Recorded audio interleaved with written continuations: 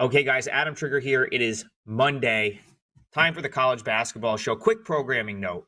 On the Clock will return tomorrow. We'll do On the Clock for the rest of the week. But a short slate tonight, and the two games I was going to talk about on that show, I'm going to talk about on this show, so we won't replicate that for you.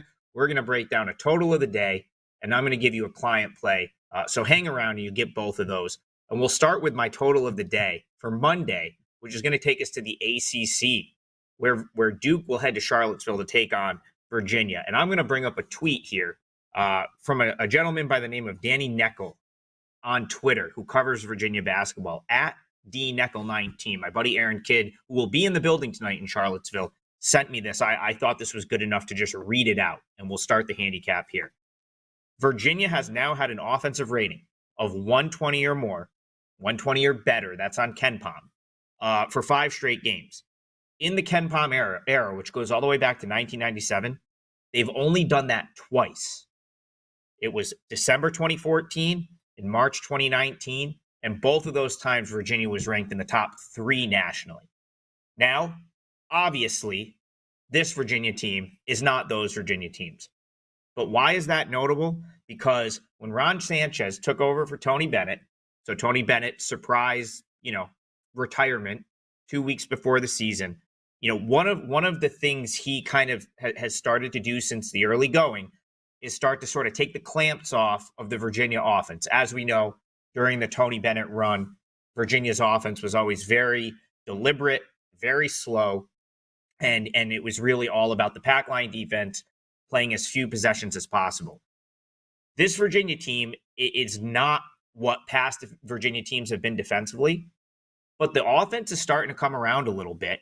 And I think that stat really sort of sums it up very nicely. I do like Virginia on the side here a little bit, but I think the better bet is the total, because Duke is as good of an offensive team as you're going to find from an efficiency standpoint in the country. And so when you have a matchup like this, where Virginia still plays a tempo that's as slow as any team in the country, and Duke plays a tempo that's on the slower side, you're not going to have a ton of possessions, but I do think that this is efficient enough where the efficiency is going to put this one over. And that's why you're going to get a Duke offense that everyone knows is a top, 5 offense in the country. You only have to go over 133 because that number is sort of correlated with the number of possessions that are anticipated in this game. So I'm looking at this from an efficiency perspective, and I see a pretty efficient basketball game here. Virginia is played better. So the offensive sort of increase, well, I don't know if that's the way to say it. The increase in offensive efficiency for Virginia has seen them go 4-1 in their last 5 games. The one loss was at the buzzer or on a late shot to Virginia Tech. They've scored 70 or more points in each of those games. So I think the thought process is, well, will they get to 70 against Duke, a very, very solid defensive team? And I think the answer is yes, because I think it's assumed here, being a 14-point underdog, that they're probably going to play from behind in this game. And if Virginia is playing far enough behind, they're probably going to get their points. It actually reminds me of the NC State Duke total that went over that we gave out on this show as total of the day maybe a month ago. So right now you've got, even with the recent money on the over, I think this has been bet up from like 132 to 133. I still think over is a pretty solid bet here. Listen, you're going to have your slow pace. It's pretty much a given with these two teams. But I think these two teams are going to be efficient enough scoring the basketball to put this one over the total.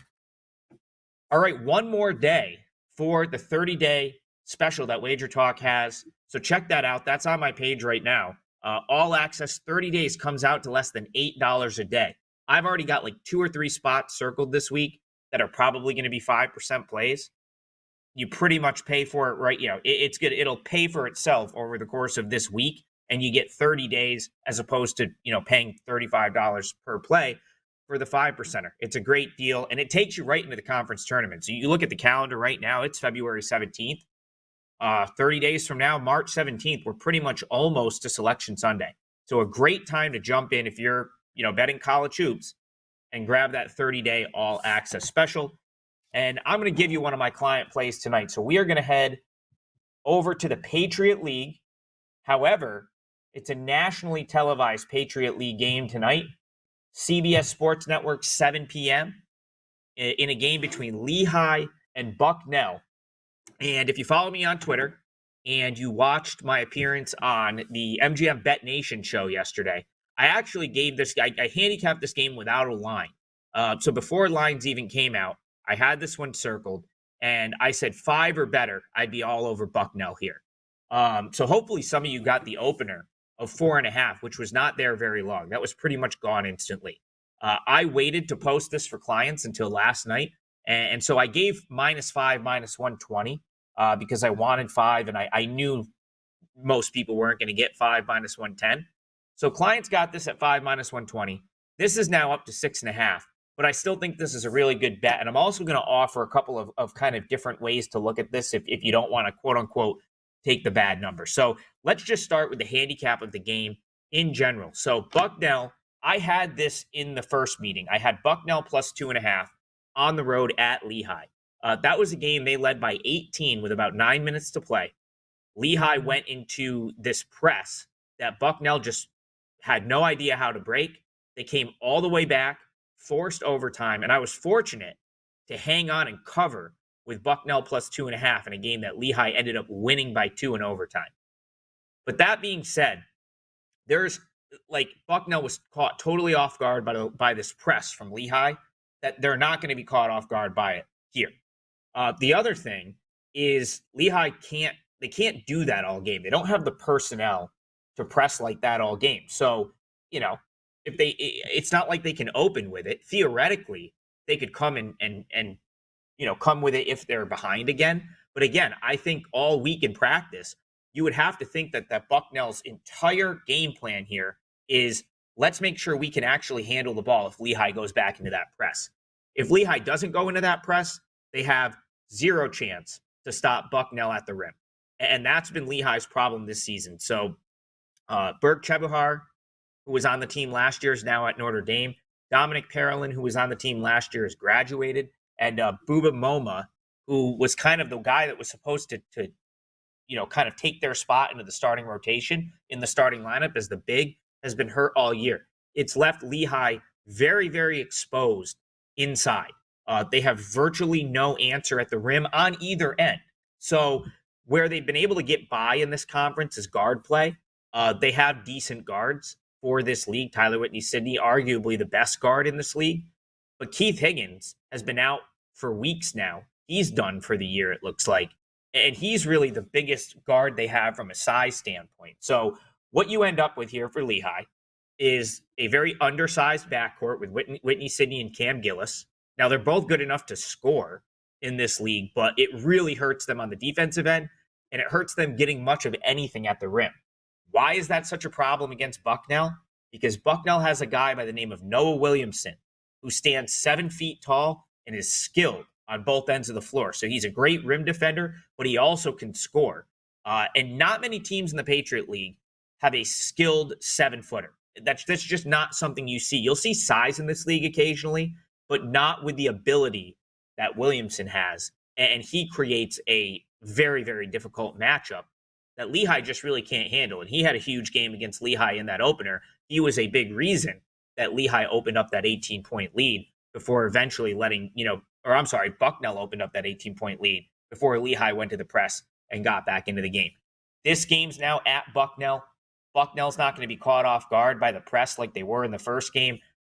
Unless Lehigh goes bombs away from 3 here, which is not easy against Bucknell either. They're a pretty solid defensive team throughout.